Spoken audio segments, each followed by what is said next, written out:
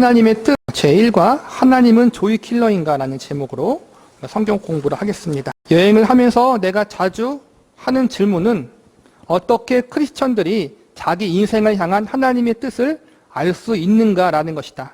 하나님에게는 믿는 자들 각각 인생에 대한 계획이 있다. 우리 대부분은 그것을 알고 있다.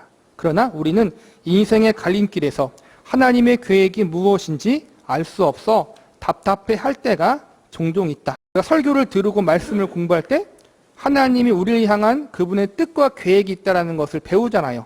그러면은 그 뜻은 무엇이고 계획은 무엇인가 우리가 궁금하잖아요. 그리고 어떻게 그 뜻과 계획을 우리가 알 수 있을까? 오늘 우리가 성경 공부 책 제목처럼 하나님의 뜻은 무엇인가? 이게 늘 우리의 고민이잖아요. 사실은 우리의 갈등이기도 하고 그거에 대한 우리가 성경적인 답변을 공부하는 거예요. 수도 없이 많은 책들, 팸플릿들, 설교들이 이러한 문제들을 다루고 있다. 그러나 대답은 여전히 모호하기만 하다. 하나님의 뜻 분별하기, 하나님의 음성 듣기, 그런 책들이 정말 많아요. 요즘에는 인터넷, 유튜브 같은데 그런 동영상도 많이 올라와 있어요. 하나님의 음성을 어떻게 듣나? 하나님의 음성을 듣고 뜻을 어떻게 분별하는가? 그런 것도 많아요. 여기는 그런 걸 이야기하는 게 아니에요. 하지만 여전히 여러분도 하나님 음성을 듣기도 하고 마음의 감동을 받기도 하잖아요. 근데 여러분, 인생을 살면서 경험한 게 뭐예요? 애매모호해요, 여러분. 음성을 들어도 애매모호하고 하나님의 마음의 감동을 받아도 내 인생의 미래, 앞길이 보이지 않아요. 하나님의 뜻은 무엇인가? 이게 늘 우리의 고민이에요. 나는 내가 쓴 이 소책자가 하나님의 뜻에 관한 이런 문제들을 신선하고 실제적인 방법으로 접근함으로 문제와 답 사이의 갭을 좀 더 좁혀줄 수 있기를 기도한다. 어떤 사람들은 이 문제에 대한 분명한 가이드라인이 있는지 알아보려고 애쓰다가 결국 머리만 복잡해진다.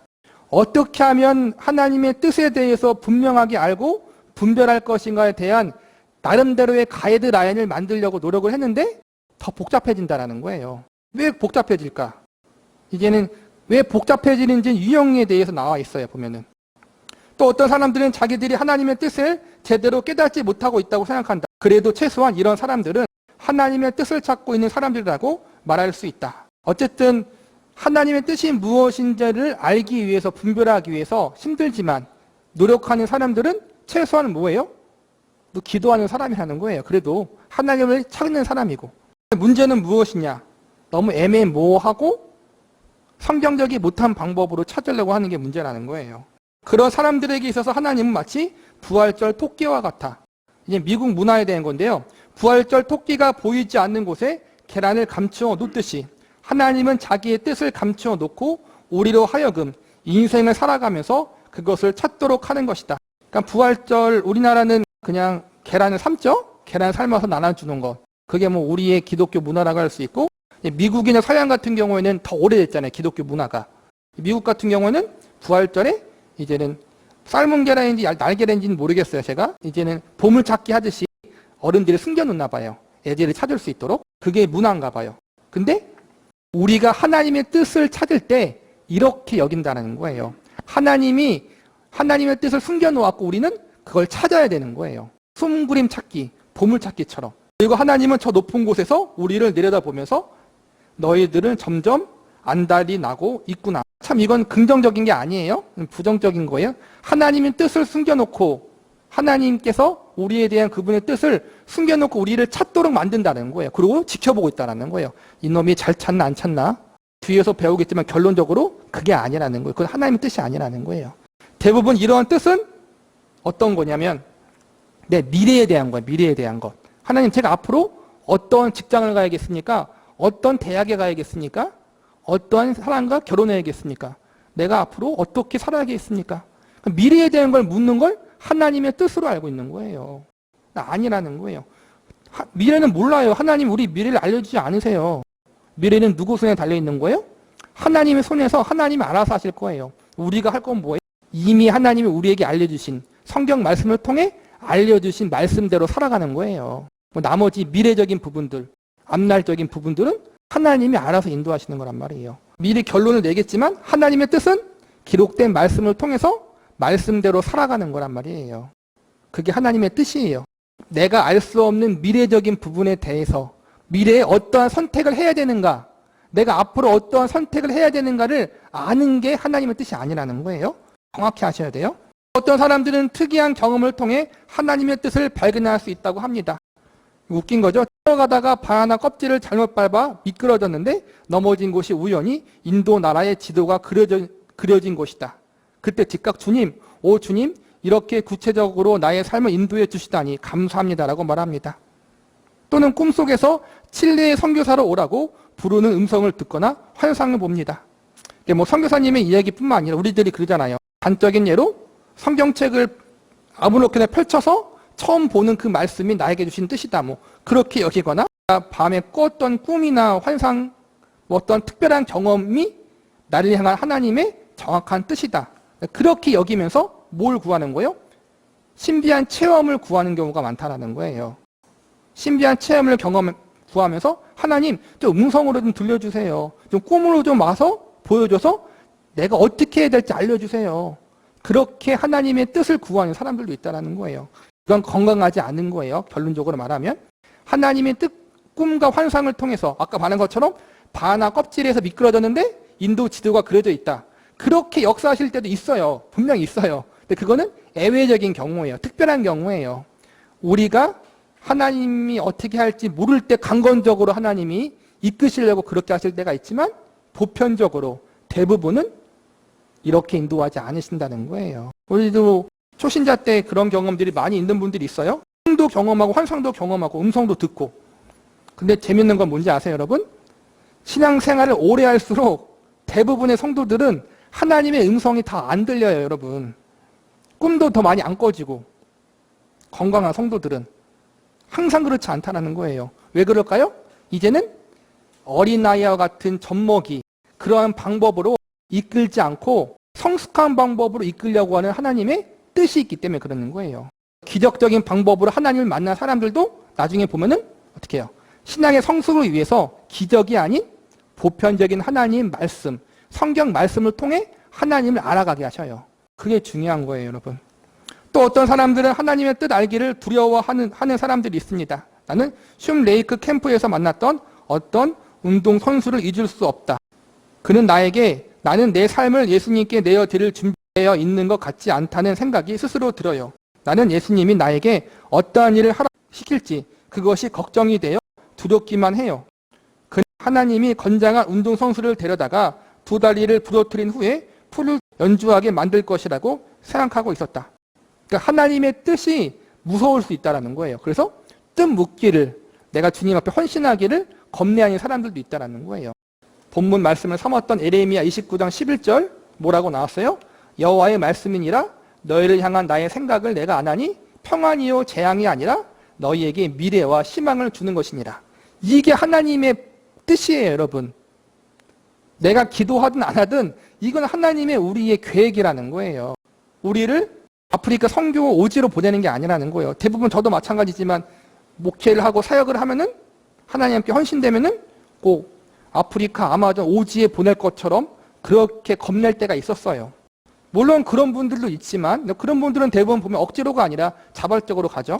선교사님들 보면 거의 다 자발적으로 가잖아요. 정말 강건하심 가운데. 억지로 보내는 경우는 거의 없잖아요. 사실은. 우리는 하나님의 뜻에 대한 것, 우리를 향한 하나님의 계획을 무서운 걸로 생각한다는 거. 무서운 걸로. 우리를 골탕 먹이시고 우리를 고생케 만드시려고 하는 것. 하나님에 대한 오해예요. 오해.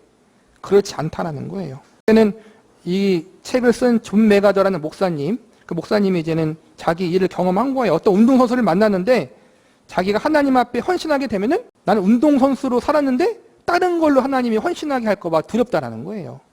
그런 경우도 있지만 우리가 경험했잖아요. 일반적으로 내가 가진 재능과 달란트와 상황과 여건, 내가 잘하는 걸 통해서 하나님을 섬기게 하셔요. 하나님은. 그러니까 오해하고 있는 거예요. 어리면 팔구는 내가 잘하는 것, 내 성향에 맞게 하나님이 쓰셔요. 그리고 이제 예를 들면 한두 개는 가끔씩 종종 이제 뜻밖의 상황과 뜻밖의 일로 사용하실 때가 있지만 대부분은 나에게 맞게 하나님이 소명을 주신다는 거예요. 예를 들어서 저는 외국어를 정말 못해요. 영어도 못하고 헬레어 시브레도 못해요. 한문도 못하고 제 수학도 못하지만 언어에 대한 부분이 엄청 약해요. 엄청 약해요. 처음에 이제는 제가 신학교 가서 걱정되는 게 하나님 날 선교사로 부르시면 어떡하나라는 걱정을 많이 했어요, 사실은. 그리고 대부분 그 신학교 다녔을 때 초창기에는 많은 사람들이 선교를 가야 된다는 생각을 많이 했거든요. 근데 뭐 이제 와서 하나님이 어떻게 하실지 모르겠지만 앞으로 제 성향대로 하시는 거예요. 제가 갖고 있는 재능대로. 저는 외국어를 배우면은 탈모가 걸릴 정도 머리가 아파요. 소화가 안 돼요. 소화가 안 돼. 정말로. 그런 저에게 하나님이 외국에 가서 선교하게 안 시켜요. 일반적으로. 왜냐하면 언어 배우다가 죽을 거거든요. 제가 잘하는 걸 시키잖아요, 그나마. 제가 국어는 잘했어요. 국어 한국에서 한국 사람을 섬기게 하시잖아요. 보통 이러신다는 거야. 보통 일반적으로. 내가 잘하고 내 성향에 맞춰서 하나님이 나에게 소명을 주시고 사명을 주신다는 거예요. 내가 못하는 걸 시키시면서 그렇게 하지 않으신다는 거예요. 저는 크게 두려워할 필요 없다는 거예요. 내 상황과 여건과 성격과 모든 걸 하나님이 다 아시고 내가 지금 이 성격, 이 상황, 이 현실 속에 있도록 누가 이끄신 거예요? 하나님 날 이끌어 가신 거잖아요. 내 성격이 이런 것도 나 때문에 그런 게 아니에요. 대부분 보면은 하나님이 나를 그렇게 환경 가운데 이끄신 거예요. 내성적이든 성적이지 않든. 내성적인 성격도 내가 내성적이고 싶어서 내성적인 게 아니잖아요. 내가 자라는 환경이 그랬기 때문에 내성적이 된 거예요. 다른 것도 마찬가지예요. 그 환경 가운데 나를 이끄시고 지금의 성격을 만들도록 하나님이 섭리하신 하나님이 생뚱맞게 다른 걸 시키지 않으신다는 거예요. 나에게 맡겨주신다는 거예요. 그래서 너무 두려워하지 말라는 거예요. 그것은 하나님이 사람들의 재미와 즐거움에 찬물을 끼얹고 축제날에 비를 내려서 축제를 망치는 일종의 세상의 즐거움을 빼앗아가는 조이 킬러라는 생각이다. 그러니까 하나님을 우리가 그렇게 생각할 때가 많다라는 거예요. 조이 킬러. 조이가 즐거움인데 킬러는 죽이다예요. 죽이는 사람. 우리의 즐거움을 죽이는 분으로 하나님을 생각할 때가 많다라는 거예요. 근데 아니라는 거예요, 여러분. 가장 좋은 걸 주시려고 하는 아버지의 마음.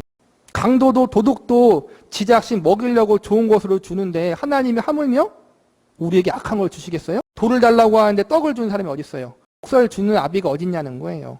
그게 아버지 하나님의 심정이라는 거예요. 우리는 하나님을 그렇게 생각하지 않고 내 즐거움을 빼앗아가는 나쁜 사람, 나쁜 하나님으로, 고약한 하나님으로 생각할 때가 많다는 거예요. 우리의 오해예요. 이런 관점을 갖고 있는 사람들은 하나님의 뜻이 그들의 소중한 능력과 소유를 희생하도록 만들고 그들에게 아주 힘든 삶의 방식을 강요하는 것이라고 생각하면서 두려워한다. 노쇠고리식의 사고방식을 가진 크리스천들도 있다. 그것도 미국 문화예요. 예전에 흔히 볼 수 있었던 노쇠고리 상자가 놓여있는 회전 목마가 기억나는가? 하나님의 뜻을 그런 식으로 생각하는 크리스천들이 있다. 만약 당신이 회전 목마를 타다가 용감하게 손을 뻗어 상자 속에 담긴 노쇠고리를 한 개 집으면 그날은 아주 운이 좋은 것이다. 그러나 노쇠고리를 못 집고 철고리를 집으면 그냥 그것으로 만족해야 한다. 이것을 다른 말로 하면 당신은 회전목마 시합에서 승자가 될 수 없고 그냥 그 시합에서 참가하는 것으로 만족해야 한다는 것이다. 회전목마를 타면서 빙빙 돌잖아요. 그다음 어느 지점에 이제는 상자가 있나 봐요. 그 상자에 있는 고리를 집어서 뽑게 하는 거예요. 노쇠고리가 나오면 운이 좋고 철고리가 나오면 운이 나쁜 거예요. 그러니까 뭘 말하냐? 우리 인생이 내가 용감하게 열심히 적극적으로 살아야 된다는 거예요. 그런데 적극적으로 살지만 운이 좋아서 잘 될 때가 있고 운이 나빠서 안 될 때가 있다는 거예요. 그러니까 우리의 평범한 인생과 비슷하죠? 성실하게 잘 살면 성공할 줄 알았는데 성실하게 잘 살아도 어려움을 겪을 때도 있고 또 그냥 대충 살았는데 운이 좋아서 로또 맞아서 잘 될 때도 있고 그러니까 인생은 알 수 없다. 그때그때 다르다. 내가 노력하면 잘 될 수도 있지만 안 될 수도 있다. 그런 인생을 말하는 거란 말이에요. 그러니까 인생이 우연으로 이루어지는 것. 내 열심 플러스 우연. 그거로 이제는 이루어졌다라는 거예요. 근데 우리는 성경을 통해 뭘 배워요? 인생이라는 게 내 노력과 운으로 되는 것이 아니라 하나님의 섭리와 주권으로 이루어진다는 거예요. 이끌어진다는 거예요. 그게 다르다는 거예요. 나는 하나님의 뜻이 주변 상황과 마음의 충동에 운 좋은 만남이라는 어떤 글을 읽은 적이 있다. 그리고 그런 주장들은 다음과 같이 말한다. 하나님의 뜻은 무엇인가? 하나님의 뜻을 간단하게 설명해주고 실행할 수 있게 해주는 구체적인 원리들은 없는가? 아까 말했죠. 할 수 없는 거야, 자꾸만은. 인생은 운이다. 사람을 잘 만나야 되고 상황을 잘 만나야 되고 다 경험하잖아요. 근데 우리는 그걸 운이라고 하지 않고 뭐라 그래요? 하나님의 주권, 섭리. 나는 그런 원리들이 있다고 믿는다. 그럼 우리가 하나님의 구체적인 뜻을 어떻게 아는가? 그 원리들은 무엇인가? 그리고 그것이 이 책에서 다루고 있는 핵심이다. 어떤 직장을 구해야 하는지, 이게 보통 우리가 생각하는 하나님의 뜻에 대한 거예요. 어떤 학교에 다녀야 하는지, 어떤 이성과 사귀어야 하는지, 어떤 주어진 상황에서 어떤 결정을 내려야 하는지 당신은 알 수 있는가? 우리가 그러잖아요. 하나님, 젊은 사람들은 어떤 학교를 가야 될까요? 청년들은 어떤 직장을 가야 될까요? 어디로 이사 가야 할까요? 어떤 여자를 만나야 될까요? 우리가 물어보잖아요. 묻는 건 나쁜 게 아니에요. 우리가 하나님의 뜻을 묻고 도움을 구하는 게. 근데 우리가 기도해서 묻는다는 것이 정확하게 하나님이 이 학교로 가라, 이 여자를 만나라, 여기로 이사 가라. 그렇게 하실 때도 있어요, 분명히. 근데 그거는 극히 적은 일이고, 대부분은 우리가 기도한 것에 대해서 이렇게 해라라고 응답하지 않은 경우들이 더 많아요. 10이면 9은 응답 안 하세요. 우리가 생각하는 대로 응답을 안 하세요. 젊은 사람들은 이제 뭐 직장, 학교 문제, 배우자 문제. 예를 들어서 배우자 같은 경우도 저 배우자 놓고 기도하는데 하나님이 이 사람이다라고 말씀 안 했어요. 절대 안 했어요. 저는 그렇게 말씀하실 줄 알았어요, 기도하면. 근데 그렇게 말씀하지 않으시더라고. 아무런 말씀이 없으세요, 그냥. 생각대로지, 기도 아니다. 사역도 마찬가지. 저도 이제는 하나님 여기서 사역을 해야겠습니까? 목회자가 되야겠습니까? 기도해도 하나님이 그렇게 해라 라고 명확하게 말씀하지 않으셨어요. 내 감정에 따라 왔다 갔다 할 땐 있지만 우리가 하나님께서 말씀하시는 음성을 듣는 것, 그것보다 더 하나님이 위대하신 게 뭐냐면은 내 삶과 운명을 송두리째 잡고 이끌고 있다라는 거예요. 섭리하신다는 거예요. 그래서 내가 있어야 할 곳, 내가 가야 할 곳, 내가 택해야 할 곳을 하나님이 모든 환경과 선택을 통해서, 환경과 상황과 또 내가 그동안 겪었던 여러 가지 모든 일들을 통해서 하나님이 그곳에 있게 하신다는 거예요. 때로는 우리가 실수할 수도 있고 넘어질 수도 있어요. 근데 감사한 것은 그것조차 하나님이 다 이미 알고 계시고 합력하여 선을 이루신다는 거예요. 그게 우리가 믿는 하나님이에요. 그러니까 내 인생이 하나님의 뜻을 잘 분별해서 이런 저런 결정을 할 때 하나님은 A라는 결정을 내려야 되는 게 하나님의 뜻인데 내가 B라는 결정을 내렸어요. 그러면 내 인생이 망하게 됐다. 그게 아니에요, 여러분. A를 선택하든 B를 선택하든 내가 믿음 안에 있고 성경적인 원리 가운데 선택하려고 노력하면은 그게 결과가 어쨌든 하나님이 그걸 통해 일하신다는 거예요. 내 기도의 응답보다 하나님이 더 크셔요. 그걸 여러분 기억하시면은 삶의 두려움에 대한 부분이 좀 적어져요, 여러분. 우리가 할 거는 믿음의 원리로, 성경의 원리로 인생을 살아가면 되는 거란 말이에요. 그렇다면 이제 당신은 그런 것들에 대해 더 이상 염려할 필요가 없다. 이젠 그런 고민들과는 작별을 고할 시간이 다가오고 있으며 이리저리 기웃거리며 그것들에 대해 알아볼 시도도 마지막을 고하게 될 것이다. 아까 말했듯이 이 학교를 갈까요? 저 학교를 갈까요? 저 직장을 갈까요? 누구를 만나야 될까요? 그런 걸 고민할 필요가 없다는 거예요. 나를 향한 하나님의 뜻이 무엇인지 온전히 성경을 통해 알면은. 그러면 일단 단순한 하나의 가정하에 하나님의 뜻을 알아가는 일을 시작해보자. 그 가정은 하나님이 항상 우리를 유의하시는 분이기 때문에 우리가 하나님의 뜻을 알기를 바라신다는 것이다. 만약 그것이 사실이라면 하나님의 뜻은 아주 명확한 방법으로 우리에게 하나님의 뜻을 전달하려는 것이 분명하다. 하나님께서 애매모호하게 우리에게 알려주지 않으신다는 거예요. 애매모호한 건 우리의 미래적인 것이고 하나님의 뜻은, 그 방법은 어떤 것일까? 그것은 하나님의 계신 성경을 통해서이다.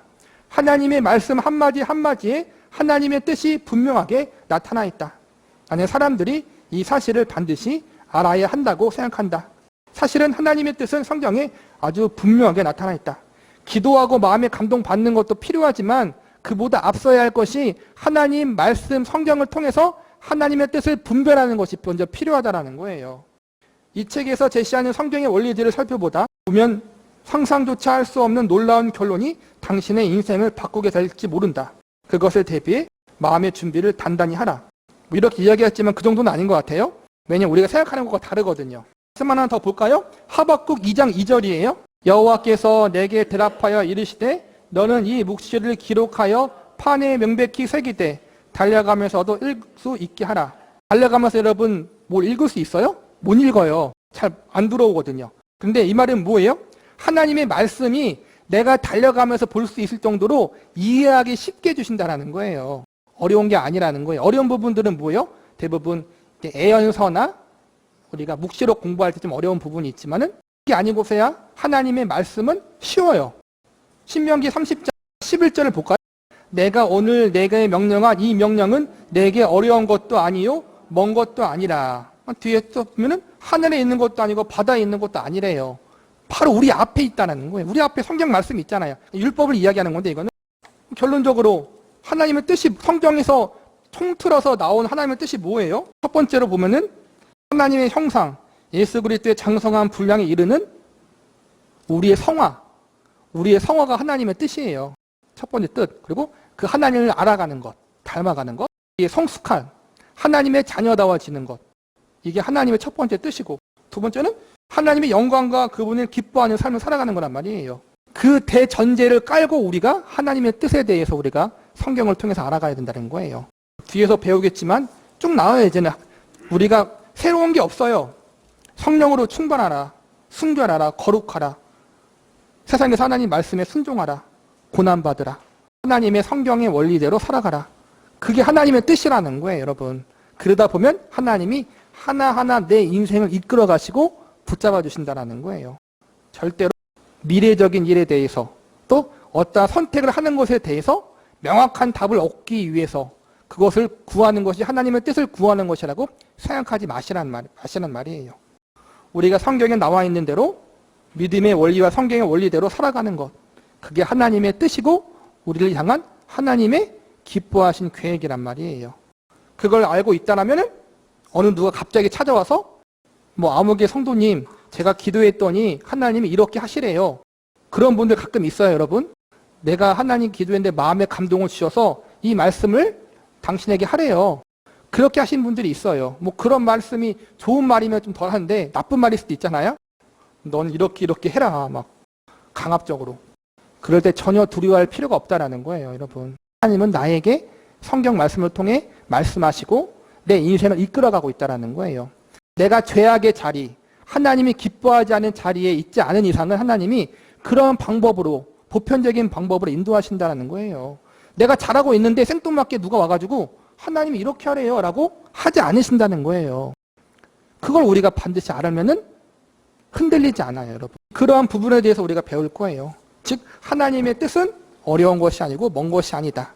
그리고 성경 말씀을 통해서 우리가 배우고 알아갈 수 있다. 그리고 새로운 것이 없다. 그리고 우리가 알고 그 부분에 대해서 계속해서 공부하게 될 거예요. 그리고 마지막으로 오늘 본문의 제목처럼 하나님은 우리의 즐거움을 빼앗아가는 분이 아니시고 우리에게 예레미야 29장 11절의 말씀처럼 재앙이나 저주가 아니라 평안과 미래와 희망을 주는 것이다. 이 사실을 기억하면서 담대하게 신앙생활을 할 수 있는 저와 여러분이 되시기를 바라겠습니다.